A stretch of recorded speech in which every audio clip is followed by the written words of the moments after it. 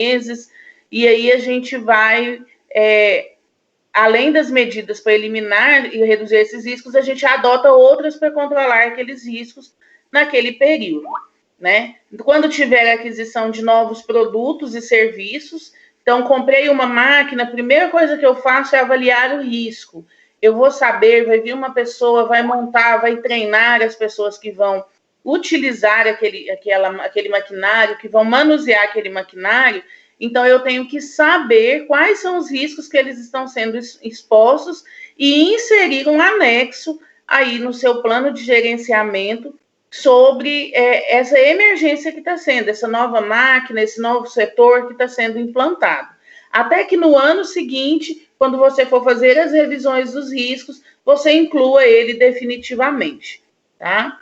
Então, no 5.2, a implementação e o acompanhamento, a gente vai implementar essas ações preventivas e os respectivos ajustes devem ser registrados sempre.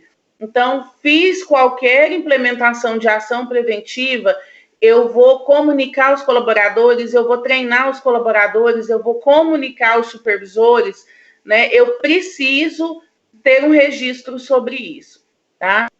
Seja por uma lista de presença, seja por um treinamento, por fotos, que hoje tudo vira foto, vira arquivo, então eu preciso que isso seja registrado, tá? Então, o desempenho das ações preventivas devem ser acompanhados de forma planejada e contemplar a verificação da execução das ações, as inspeções dos locais e equipamentos de trabalho e o monitoramento das condições ambientais e exposições a agentes nocivos quando aplicável.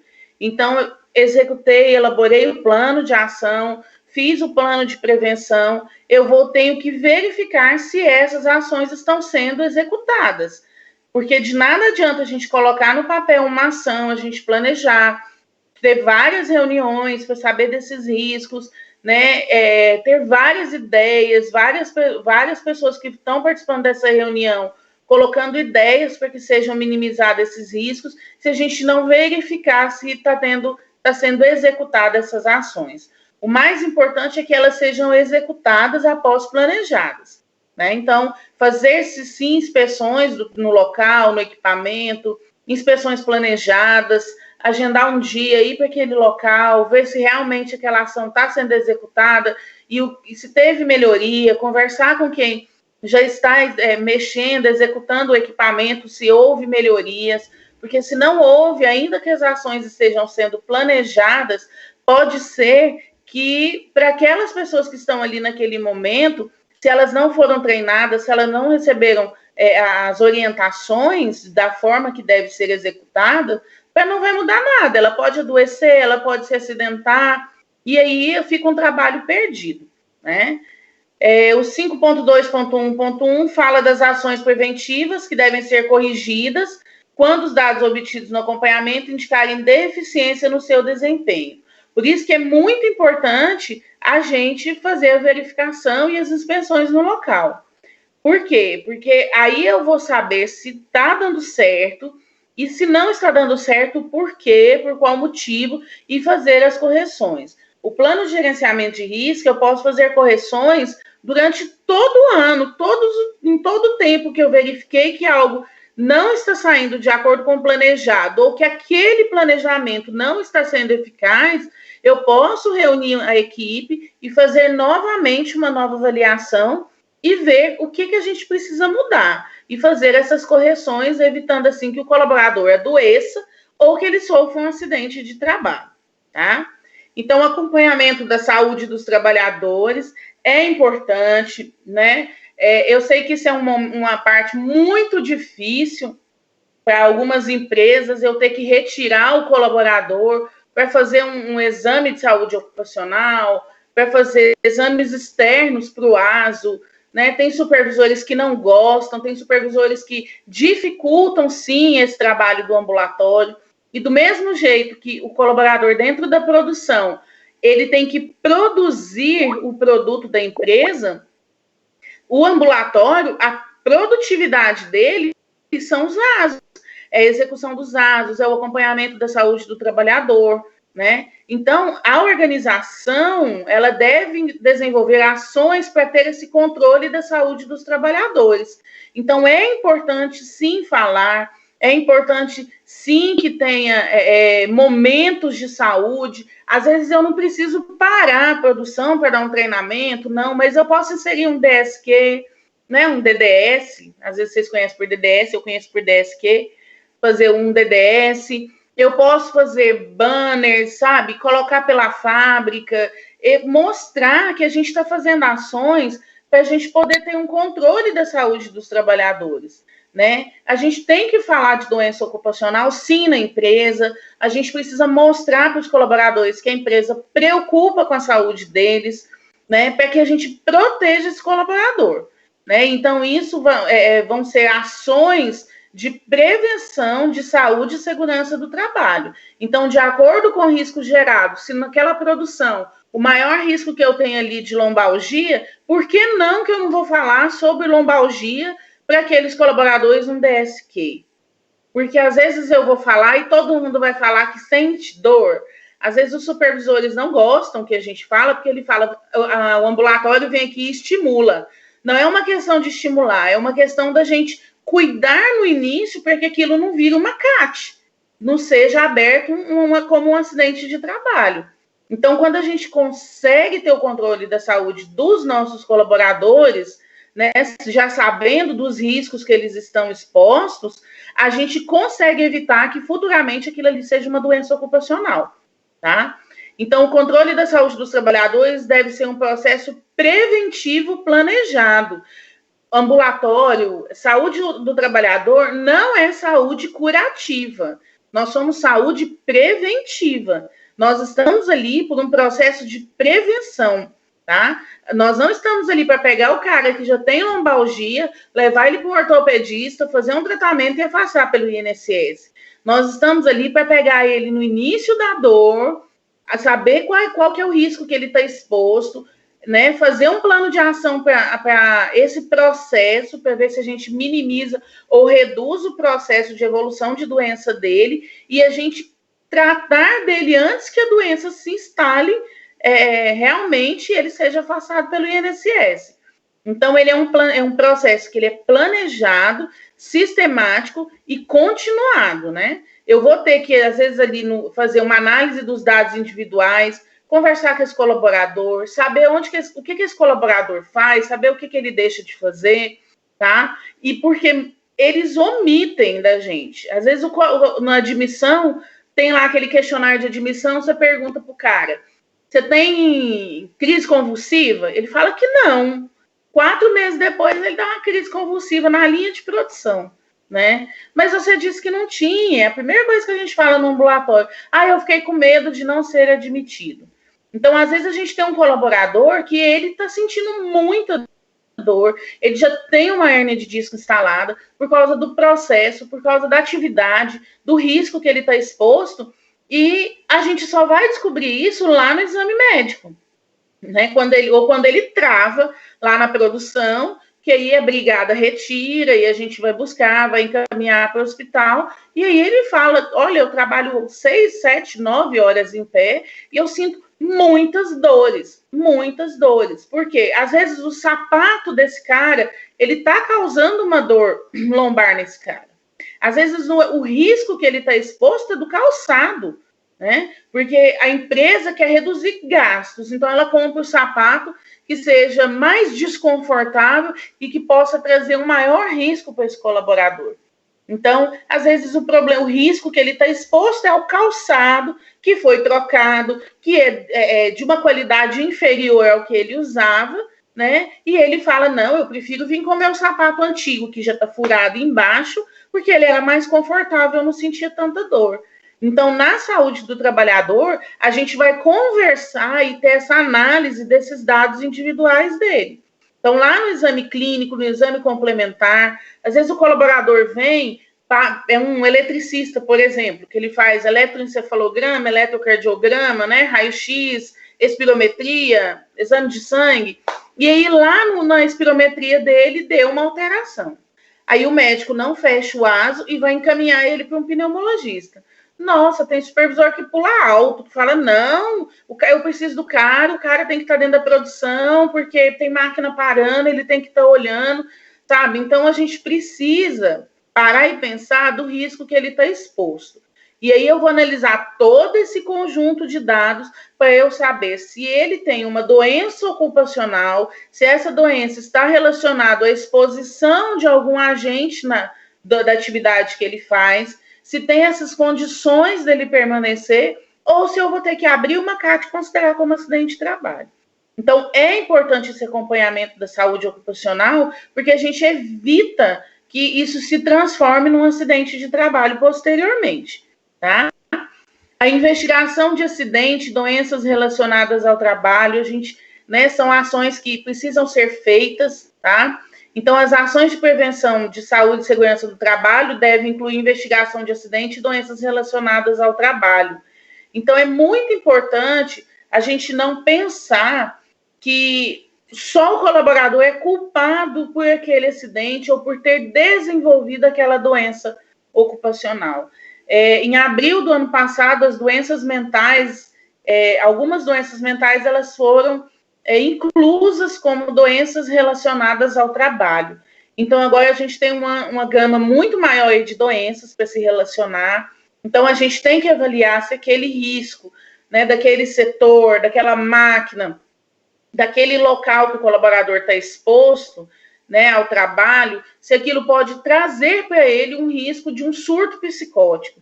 Hoje a gente vai ter que avaliar isso, né? Então, essas ações de prevenção devem incluir essa investigação, sim, essas doenças relacionadas ao trabalho, sim, estejam próximos do ambulatório da empresa de vocês, esteja próximo para vocês saberem o colaborador alguns colaboradores são de praxe, né? Eles já entregam muitos atestados médicos, mas é importante a gente saber se esses atestados estão relacionados à atividade, tá? Às vezes o colaborador entrega hoje um atestado do CID F32, né? Depressão, surto psicótico, F32.2, surto psicótico. Ele entrega esse atestado de 10 dias. Ele fica afastado, volta, trabalha mais 10 dias, entrega outro de mais 4 dias com o mesmo CID. Peraí, então em um mês ele está afastando 14 dias, tendo surtos psicóticos. Será que esse surto dele está relacionado à atividade? A gente precisa investigar o que ele faz, qual é o tempo de exposição dele, né? Quem é a equipe que está com ele, quem é o supervisor que está com ele, porque querendo ou não, líder, supervisor, influencia no desenvolvimento e na entrega de produtividade. Tem líder que ele faz com que o seu liderado produza e com excelência. Tem líder que faz com que o seu liderado produza o necessário. E tem líder que faz com que o seu liderado tenha medo de produzir. Então, a gente tem que avaliar quem que é esse líder, quem também que é esse supervisor que está com esse colaborador, né? Então, as análises de acidente e doenças de trabalho, elas devem considerar essas situações geradoras do evento, que eu acabei de falar aqui, identificar os fatores imediatos, subjacentes e latentes relacionados ao evento e fornecer evidências para subsidiar e revisar as medidas de prevenção existentes. A gente precisa cuidar desse colaborador, tá? E no número 6, preparação para emergências, né? Então, a organização tem que implementar e manter planos de resposta aos cenários de emergência, de acordo com risco e características. Então, o plano de ação de emergência lá da Ambev é diferente do plano de ação de emergência da Neoquímica, que é diferente do plano de ação de emergência lá da Caoa. Então, cada tipo, né, de atividade, de produtividade, tem que ter o seu plano de ação de emergência com características específicas, tá? Então, o tipo de colaborador contratado na Caoa, ele pode ser o colaborador que já trabalhou lá na Neoquímica, mas o risco é exposto, a atividade é exposta, então a emergência também vai ser diferenciada. Às vezes, lá na Neoquímica, quando eu trabalhei lá, a gente tinha muito mal súbito, muito desmaio, muita crise convulsiva, muitos vômitos, muito mal-estar, muita vertigem. Por quê? Porque estava muito relacionado à produção da medicação e, dependendo da medicação, a poeira daquele medicação traziam esses efeitos colaterais. Lá na CAOA, a gente já tem mais relacionados a ossos, né? Fraturas, entorses, né? Então, cada lugar é uma característica, a circunstância da atividade é diferente, então o meu plano de ação é diferente. Então, não dá para eu ter, mesmo que seja o mesmo grupo de empresas, planos de ações iguais. Porque o plano de ação vai ser de acordo com o risco que ele está exposto, tá? O 6.2, os planos de resposta do cenário de emergência, que é o plano de ação, aqui vai falar um pouquinho de plano de ação. Ele deve incluir a designação dos integrantes da equipe de emergência, né, inclusive os responsáveis pela elaboração, revisão periódica e execução das ações. Quem são esses integrantes da equipe de emergência? Para eu treinar uma pessoa para atendimento de APH.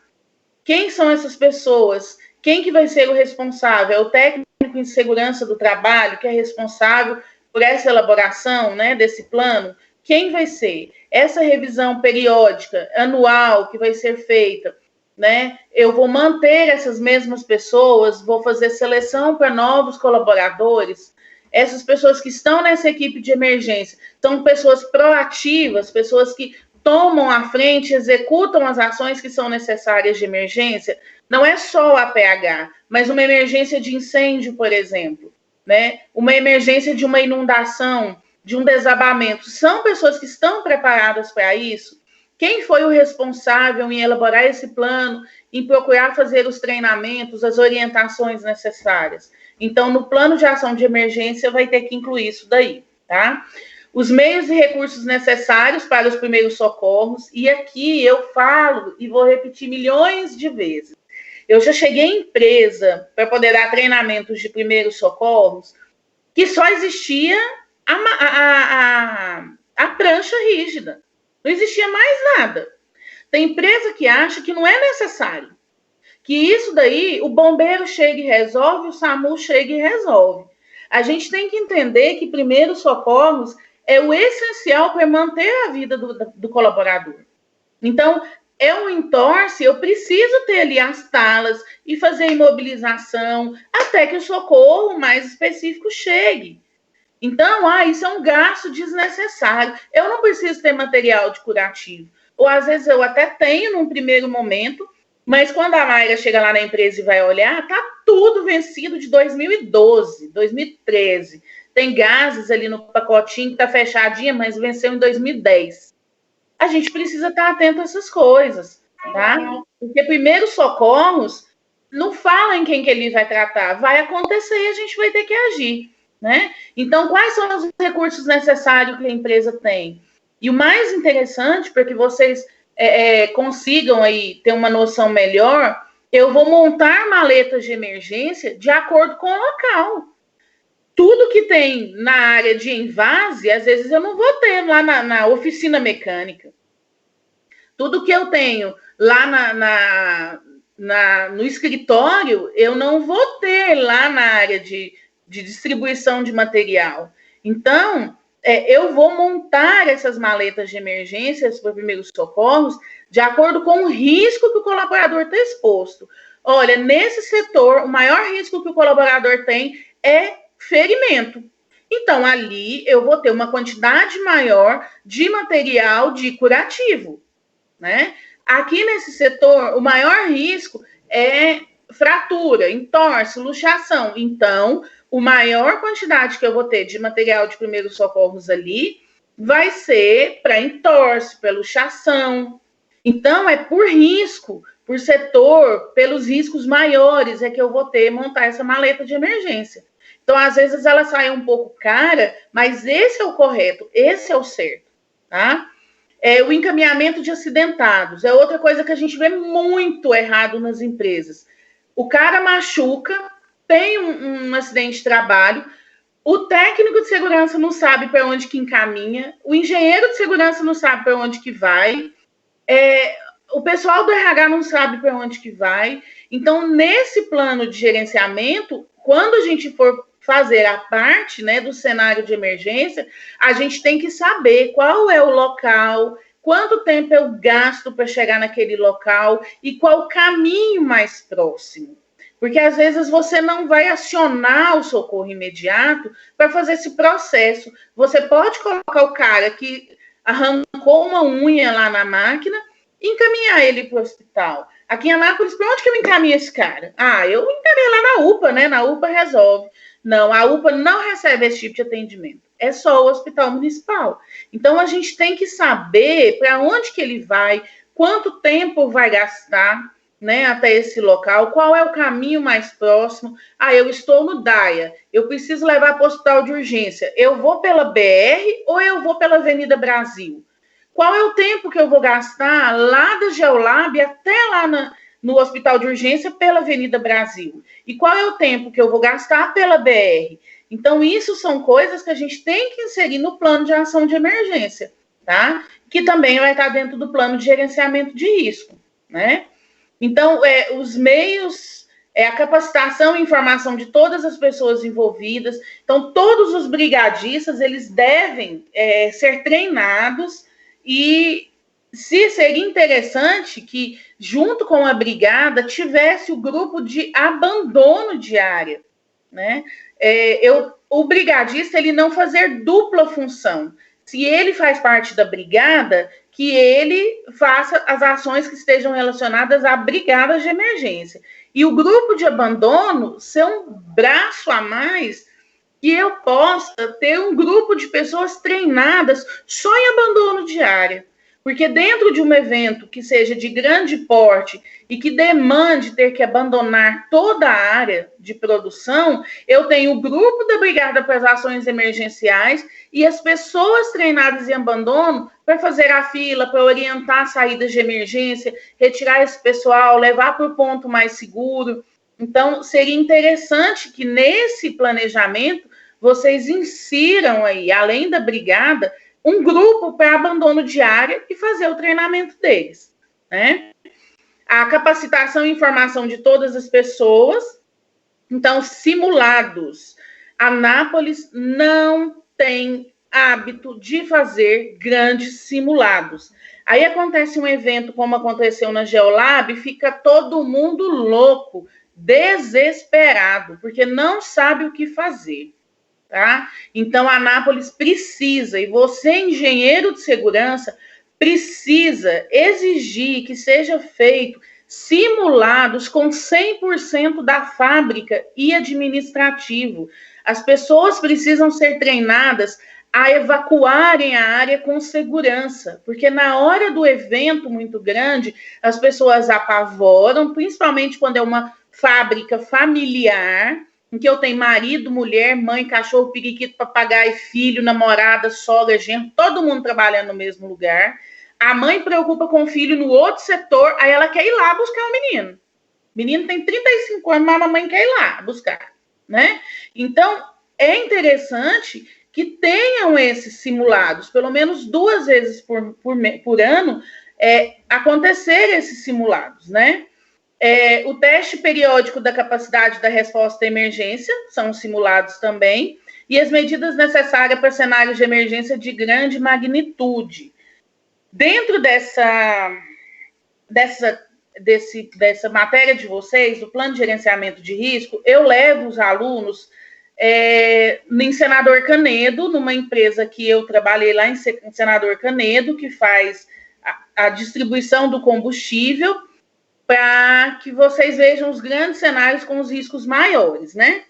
Eu não vou ficar devendo para vocês, eu vou prometer que após passar esse processo, a gente vai marcar um dia e eu quero levar vocês para fazer essa visita lá com o Anderson, que é um dos implementadores do Plano de Ação de Emergência em Senador Canedo, tá? Então, lá em Senador Canedo, a gente tem os simulados, 2 simulados por ano, em que a gente envolve Polícia Rodoviária Federal, Polícia Civil, Corpo de Bombeiro, Prefeitura de Senador Canedo, SAMU, o Hospital de Senador Canedo. A gente envolve a cidade, porque se alguma tubulação da Petrobras resolver fazer uma brincadeira de explodir, Senador Canedo vai para os ares. Porque toda a cidade de Senador Canedo, embaixo dela, está passando ali tubulação. Então, a gente faz o treinamento, a gente junta com os representantes dos bairros, né? Presidente de bairro aí lá do Senador Canedo, e a gente faz os grandes simulados com vítimas. Então, lá no primeiro período é feito pela Petrobras, e isso na gerência e administração da Petrobras, envolve todas as empresas de Senador Canedo, e num segundo momento a gente pega as outras empresas que são maiores, reúne-se ali 2, 3 e faz. É um simulado que a gente faz sem comunicar ninguém, somente as pessoas que fazem parte do plano de ação de emergência, do PAI e do PAN, lá dentro, e os principais órgãos que vão participar conosco, tá? Por quê? Porque se nós não treinarmos as pessoas, numa grande emergência que tiver ali dentro do Senador Canedo, vai morrer 99% da cidade. Então, a cidade ali já conhece os sinais de emergência quando solta da Petrobras, ou quando é da Ultragaz, ou quando é de outras empresas que estão ali em volta. Tá? Então, Anápolis precisa disso, nós não temos. Vocês, como engenheiros, né, engenheiros de segurança, precisam começar a bater nessa tecla e falar da importância de se ter grandes simulados dentro de Anápolis, tá? Porque as pessoas ali do setor industrial, São João, Vila Esperança, Igrejinha, elas precisam estar preparadas para grandes eventos, e até mesmo os próprios funcionários das indústrias, tá? Então, isso aí, quando eu for dar aula de plano de ação de emergência, eu vou falar mais sobre isso. Do programa de gerenciamento de risco, a organização ela deve implementar por estabelecimento, né, o PGR. Então, eu não faço um geral, eu faço por estabelecimento. E a critério da organização, o PGR pode ser implementado por unidade operacional ou setor. Então, vai ser de acordo com a organização. Se eu tenho menos setores, eu posso fazer essa organização por setores, tá? E dentro dos setores eu tiro as linhas de produção, né? As unidades operacionais. E o PGR ele deve conter um inventário de riscos e o plano de ação. Então, esses documentos eles devem estar obrigatórios inseridos, o inventário de risco e o plano de ação. E os documentos integrantes do PGR eles devem ser elaborados por pessoa designada pela organização, então não precisa necessariamente ser o técnico de segurança, ser o engenheiro de segurança. Vocês, estando à frente, podem designar, né, a pessoa que vai estar designada por essa organização, respeitadas as atribuições profissionais e o disposto nos demais normas regulamentadoras. Então, querendo ou não, tem que ser uma pessoa que conhece as normas, né, que conhece os setores, né, que conhece o estabelecimento, né, e que são pessoas que vão ser mantidas ali à disposição para inspeções do trabalho. Uma pessoa que vai poder ajudar numa inspeção planejada, numa avaliação, chegar no setor, saber se aquela ação está dando certo, tá? Então, precisa disso. Então, o tratamento diferenciado tem para MEI, né? O microempreendedor individual está dispensado de elaborar o PGR, ó que beleza, se alguém aí já né? A dispensa da obrigatoriedade de elaborar o PGR não alcança a organização contratante do MEI, que vai incluí-lo nas suas ações de prevenção e no seu PGR. Serão expedidas pela Secretaria Especial da Previdência do Trabalho fichas com orientações sobre ações de prevenção a serem adotadas pelo MEI. Então, os microempreendedores, os terceirizados lá que vão trabalhar por vocês, ele não tem a obrigação de ter o PGR, mas ele vai procurar a Secretaria Especial de Previdência e Trabalho, pedir essas fichas, né, de ações preventivas, fazer o preenchimento delas e vocês podem cobrar isso deles, tá? Porque às vezes eu contrato o cara só para limpar uma fossa lá para mim. Ele tem risco. Então a empresa que está mandando o cara tem que falar para mim qual é o risco que ele está exposto, tá? E as microempresas e empresas de pequeno porte, observado o disposto do item 1.7.1 da NR1, que optarem pela utilização da ferramenta de avaliação de risco a ser disponibilizada pela Secretaria Especial da Previdência e Trabalho, poderão estruturar o PGR considerando o relatório produzido por essa ferramenta e o plano de ação. Então, não é obrigatório, mas caso ele queira ter, por uma questão de segurança, ele pode sim incluir isso nos documentos, nos ASOS, né, na documentação, no PPRA, para poder entregar para vocês. Dúvidas?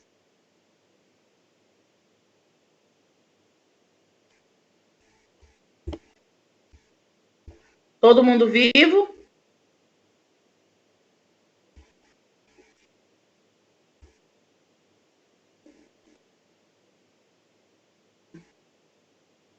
Agora, peraí que eu vou tentar pôr o slide aqui.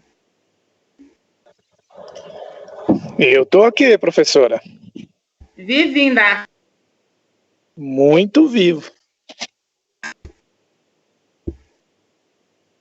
Mais vivo do que nunca.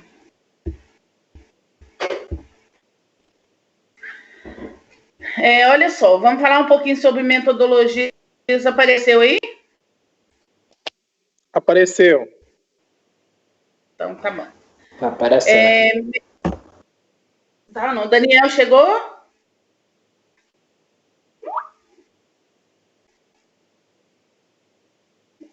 Chegou, né? Então, vamos falar um pouquinho de metodologia de análise de risco, tá? Os métodos que a gente vai usar e que a gente usa, que é mais comum. Pode ser que na sua empresa, lá onde você trabalhe, você use algum método diferente, né? Esses é o que por estudos é mais comum, é mais utilizado pela praticidade, tá? Então, na análise de risco, é um estudo técnico, né, que vai identificar e analisar os riscos presentes. Então, a gente considera o meio ambiente e até a presença de terceiros, que são os colaboradores, e o objetivo é determinar as medidas necessárias para a gente combater esses riscos que são encontrados. Então, aí começa a nossa análise de risco. Então, ela funciona diferentemente para cada local, para cada atividade, para cada máquina, né? Não tem como eu colocar uma análise de risco geral para todos os locais, porque cada atividade é uma, tá? Então, cada máquina é uma. Então, a gente precisa conhecer bem o ambiente, por isso que é importante, falei na última aula e vou repetir, a gente pegar o colaborador que já conhece da máquina, que já executa atividade, que já sabe o passo a passo da atividade, a gente recolher dele essas informações. Então, a gente tem que conhecer o ambiente e as pessoas que estão envolvidas, né? Os processos que são realizados, o passo a passo do processo, é importante a gente conhecer, a gente saber. Então, se até hoje você não se interagiu 100% dos processos onde você trabalha, comece aos poucos começar se interagindo, né? Conhecendo o ambiente, conhecendo as pessoas, sabendo como que realiza passo a passo daquela atividade, né? Ouvindo e conversando com o colaborador, é importante o que ele tem a dizer, né? Peça para ele te ensinar a executar essa atividade. Lá na Hering, lá é uma empresa familiar, né? Totalmente familiar. Lá trabalha todo mundo, e todo mundo se casa entre si ali dentro. E lá existe uma coisa que eu acho super legal, mas ao mesmo tempo eu acho que é um risco muito grande. Na época de final de ano, que aumenta muito a produtividade, a partir de setembro, o pessoal começa a fazer muita hora extra. E o gerente, ele abre espaço para o pessoal do administrativo, se quiser aprender a conhecer a atividade dos auxiliares de produção. Então, às vezes eu falava para ele, não, eu queria vir fazer hora extra. Ele falava, não, então vem, eu vou te colocar para guardar roupa, que era a atividade que tinha um menor risco, né? Não é maquinário, não é nada, você só pega as roupas por tamanho e guarda nas estantes. E a gente ia fazer essas atividades, e às vezes com 2, 3 horas, eu pensava, poxa, agora eu entendo por que essa mulher chega lá com dor no ombro. Porque por causa da atividade de guardar, de levantar o braço, porque às vezes é um tamanho que ele está no alto da estante, ou ele está muito embaixo, aí ela tinha que acabar sentando no chão para poder guardar muito embaixo. Então, assim, quando você conhece, começa a conversar com esse trabalhador, você começa a viver aquela realidade dele, acompanhar, entender do processo, você entende muitas vezes por que ele queixa de dor. Porque que muitas vezes vai fechar o turno 2h10 da tarde, 1h40 ele está lá no ambulatório, pelo amor de Deus, me dá um relaxante muscular. E a gente às vezes fala assim, nossa, mas a atividade dele é só guardar roupa. Não é só guardar roupa. Existe toda uma técnica, todo um processo para que isso aconteça. Então, a informação que o colaborador tem a te dizer, ela é muito importante. E para a gente analisar o risco, a gente tem que ouvir essas informações, né? E como que a gente vai identificar esses riscos? Quais são os processos? Por checklist. Então, é importante que se tenha checklist.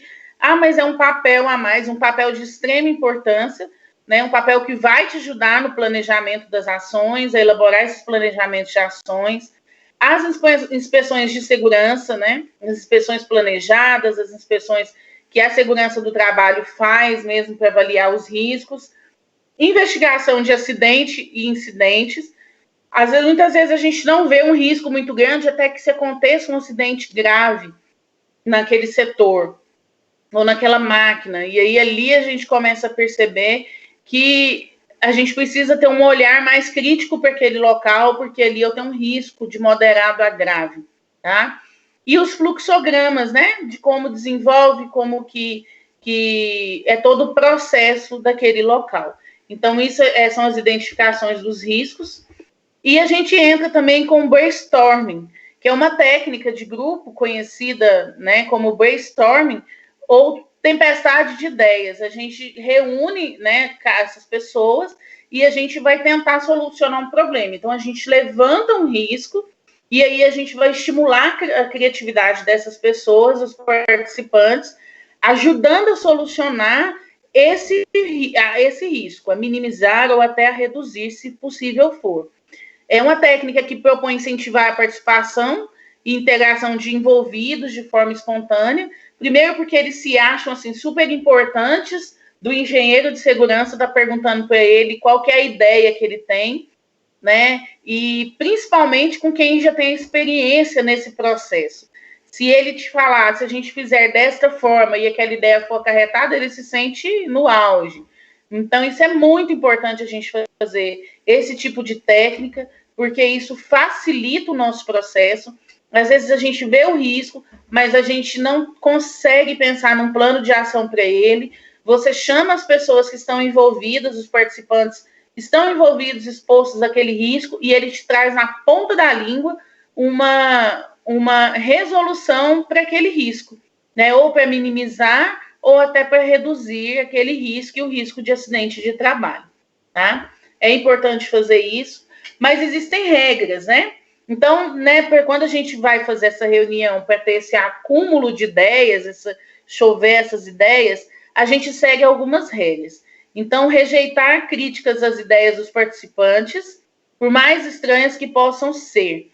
Então, a gente não rejeita, né? A gente assimila, guarda e a gente avalia depois se essas ideias, por mais estranhas que elas possam parecer, a gente vê se tem como eu dar uma remanejada, uma melhorada nessa ideia para que ela possa ser colocada em prática. A gente estimula a criatividade das pessoas, quantidade é qualidade, então quanto mais ideias, quanto mais ações, quanto mais eles falarem, melhor para a gente conseguir chegar a uma solução.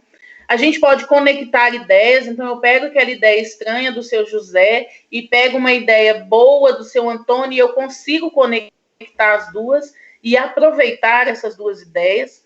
Sempre buscar um diferencial, incentivar a participação da equipe e sugerir e refletir sobre a produção e edição das ideias apresentadas. Depois que eu pego tudo que eu junto tudo, aí eu vou colocar no papel e vou refletir sobre essas ideias e ver o que a gente pode colocar em prática ou não.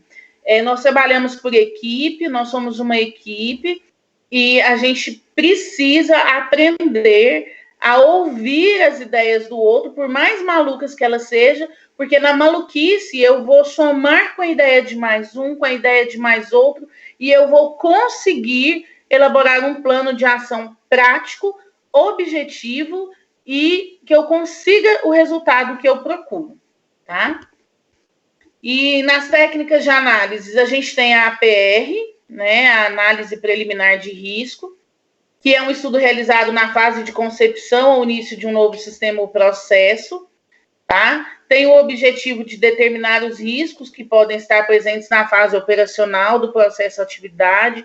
Essa é a mais comum, é a mais usual, né? É que as pessoas conhecem bem e executam bem a análise preliminar dos riscos. Antes de começar um processo, eu avalio esses riscos, ou implementei um novo sistema, avalio o risco, levo para treinamento, falo sobre esse risco, exponho esse risco e falo das ações que podem ser feitas para a gente eliminar os riscos existentes naquele processo, né? Então, trata-se de uma análise que a gente identifica eventos indesejáveis, as causas desses eventos. Eu preciso não só saber dos eventos, mas eu preciso saber de onde ele vem, qual que é a natureza dele. Se eu tenho um evento indesejável, qual é a consequência, né? Eu vou ter ali só uma fratura, eu vou ter um corte, ou eu vou ter uma amputação de um membro, tá? E salvaguardas, né, que são os planejamentos, as ações, para que eu possa depois estar coberto, documentado das ações que estão sendo implementadas, caso eu tenha ali um evento indesejado, né? Às vezes eu sei que a máquina tem um risco de choque e eu não faço nada por isso. Então, qual que é a consequência se um colaborador distraidamente encostar ali? Choque. Aí esse choque, esse cara daqui 2, 3 anos vai evoluir para uma arritmia cardíaca. A gente não toma cuidado com essas questões porque a gente acha que depois não está relacionado ao trabalho, né? Mas dependendo da função que ele executa, da atividade que ele executa, eu tive um simples acidente, pequeno porte, um acidente que não vai evoluir para nada mais grave, mas aí 2, 3 anos, sim, aquilo pode se tornar um grande problema e estar relacionado ao trabalho, sim, é a sequela daquele acidente, né? A análise, ela visa a identificação dos riscos existentes para pessoas, para o meio ambiente, o patrimônio, a continuidade operacional e a imagem da empresa. Então, a APR é importante, né? É a que vocês já devem fazer, já executam aí com grande excelência, a análise preliminar dos riscos, e ela vai identificar justamente isso, né? Esses riscos existentes para todas as pessoas, o meio ambiente, a empresa, a imagem da empresa, né? E quais são os objetivos da PR? Identificar os riscos e os riscos, causas de risco e os riscos propriamente ditos, estabelecer medidas de salvaguarda, orientar colaboradores sobre os riscos existentes das suas atividades. Todas as vezes que for fazer qualquer orientação, leve uma lista de presença. O colaborador é danado para falar, eu não fui orientado quanto a isso. Encontrou um risco, e esse risco pode trazer algum problema para o colaborador, para o meio ambiente ou para a imagem da empresa, posteriormente, oriente esse colaborador em DSQ e colha assinatura, porque é isso que salva em processo judicial, tá? Estabelecer procedimentos seguros, né? Prevenir a ocorrência de acidentes e concretização de ameaças à segurança. A gente sabe que o problema está ali, sabe da causa, sabe o que pode acontecer, mas a gente fica só na retaguarda esperando ver o que vai acontecer, né? Então, prevenir essa ocorrência é importante. Redução dos riscos e dos gastos expressivos, além do planejamento, né? Então, se eu sei que a máquina vai me dar um problema daqui 5 meses, por que eu não faço um preventivo agora, né? Não, porque a produção não pode parar, então eu vou levando. Não é dessa forma que pode ser feito. Então, a APR está aí para isso, para que a gente ache os riscos, as causas e faça a prevenção de coisas piores, tá? Então, o conceito básico da APR é o perigo, causa, as ameaças, né? O que pode acontecer, tem risco, qual que é a vulnerabilidade, está exposto a que tipo de ocorrência, né? Isso pode acontecer num tempo curto, médio, longo prazo, né? Quais são os riscos, qual é o dano que vai acontecer e qual que é a perda. Essa perda vai ser só material, essa perda vai ser humana, essa perda vai ser a imagem da empresa, né, que vai ficar manchada.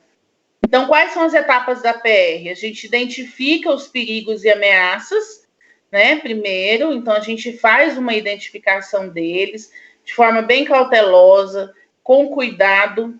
Depois a gente identifica o risco potencial, aquilo que tem maior gravidade, que possa trazer problemas de maior gravidade. E aí a gente identifica as causas e as vulnerabilidades, né? Qual é a causa? Por que tem esse risco? Por que tem esse perigo? Por que dessa ameaça, né?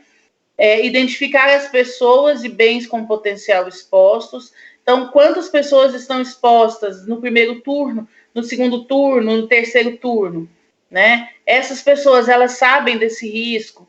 Essas pessoas estão vulneráveis a esse risco por quanto tempo?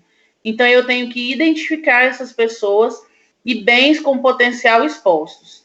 A estimativa de danos e efeitos, né? O que pode acontecer? Qual é a estimativa de dano potencial aí de humano, de meio ambiente? Então, o que pode acontecer? Análise qualitativa desses riscos, a implementação das medidas preventivas e de controle dos riscos. Então, eu tenho que seguir cada uma dessas etapas. Então, muitas vezes, fazer uma análise preliminar de risco não é uma coisa de 1 hora, 2 horas, demanda tempo, demanda dias, né, para que ela seja bem feita e eu consiga o máximo possível, né, descobrir quais são os riscos daquele setor, daquela área, daquele maquinário e para poder minimizar problemas futuros, tá?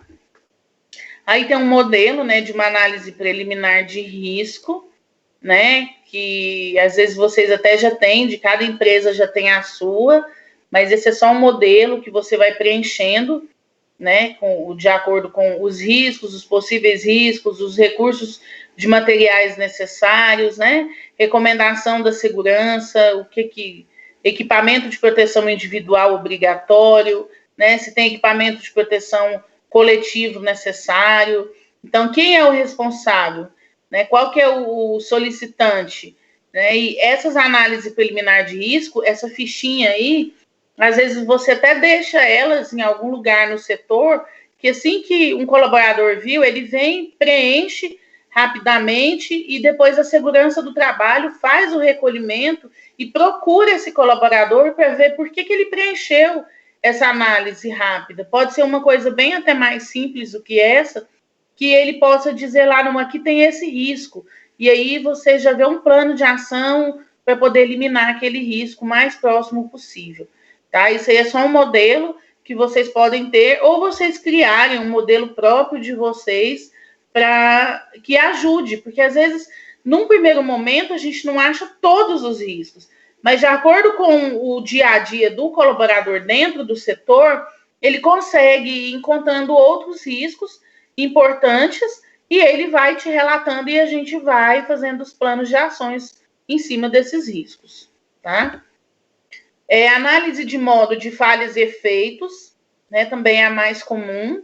Ele é um método utilizado para prevenir falhas e analisar os riscos de um processo através da identificação de causas e dos efeitos, né?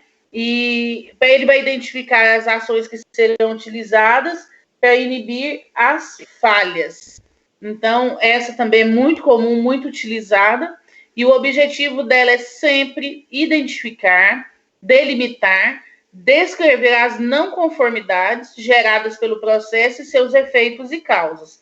Então, o que pode, qual é o efeito daquela não conformidade e qual é a causa daquela não conformidade.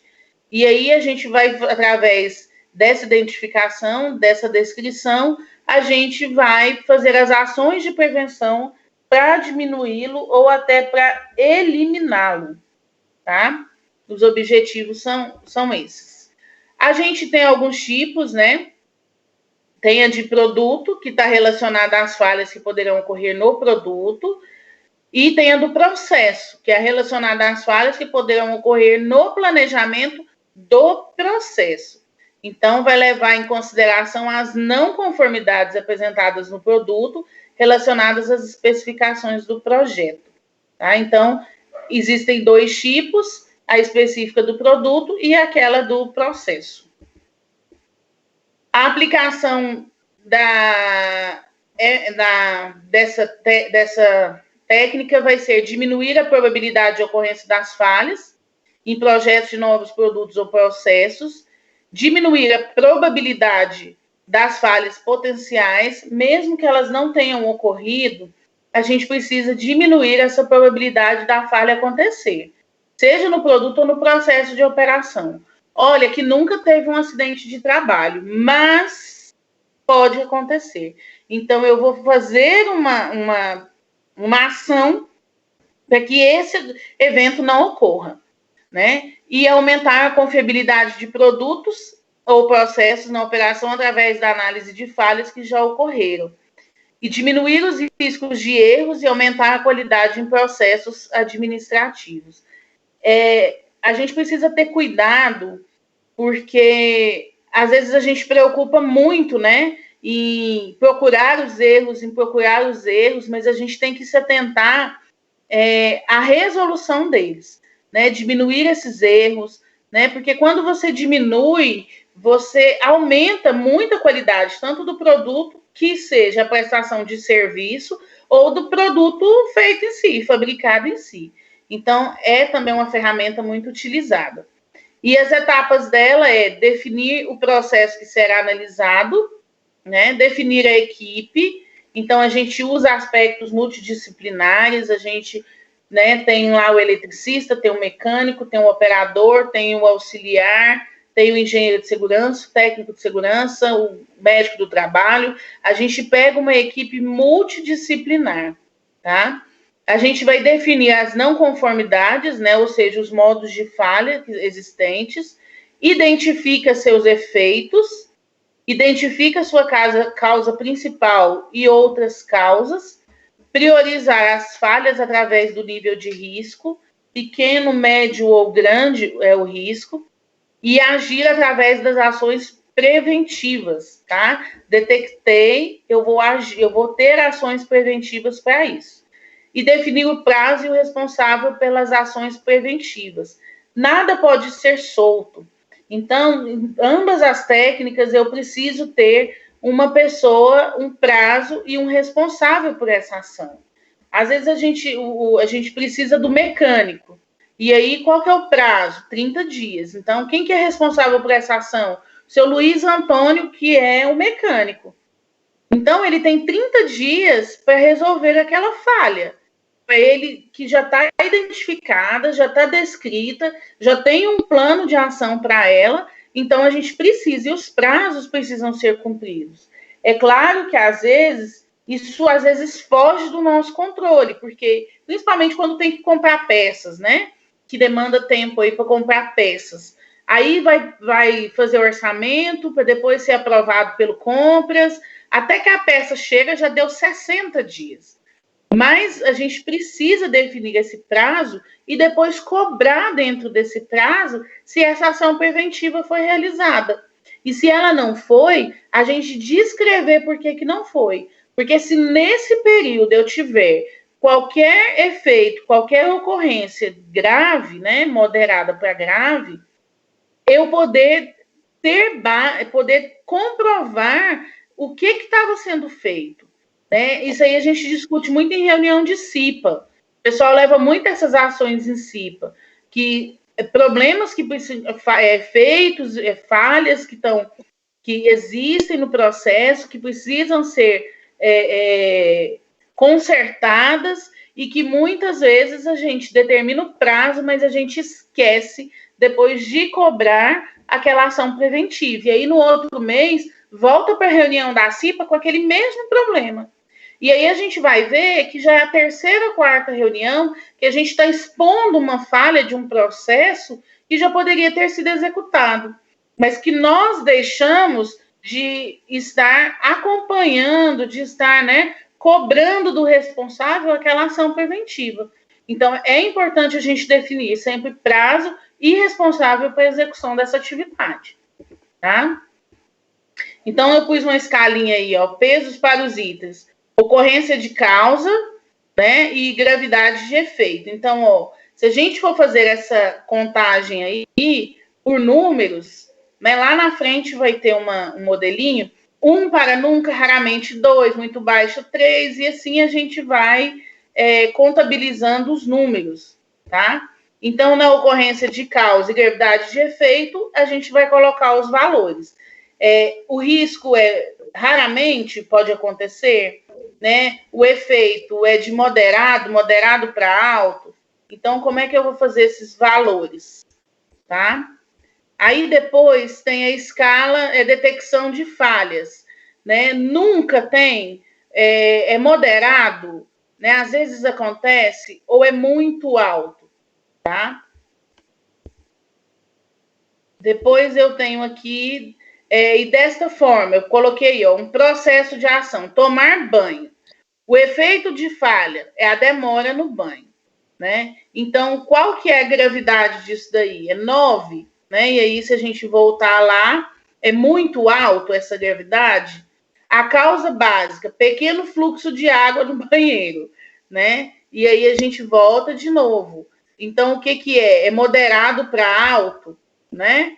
Então, verificar aí qual é o meio de detecção. Verificar o sistema de bombeamento da água. E aí eu vejo a detecção de falha. Ele é moderado, tá? Então, eu vou ter aqui 9, né, vezes 7, vezes 5. Então, o índice de risco é de 315. Isso é um risco alto. Então, quanto maior o índice de risco, maior a urgência de adoção de correção, tá?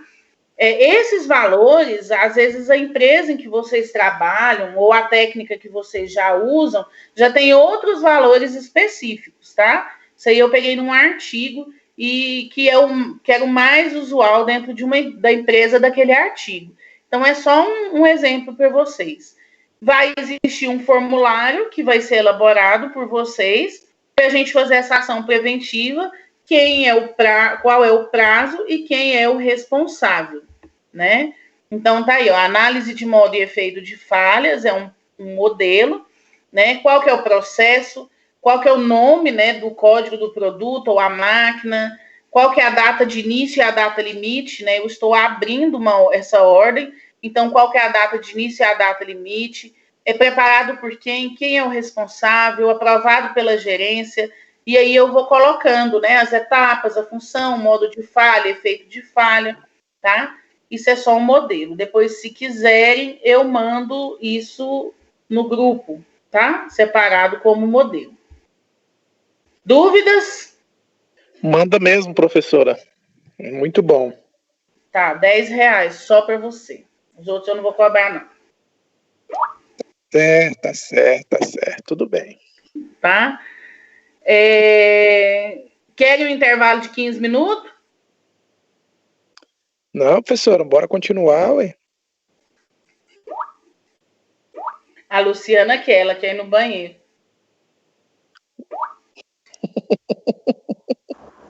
Vou aproveitar para beber água ali também, tá? Então vai. Eu vou beber água.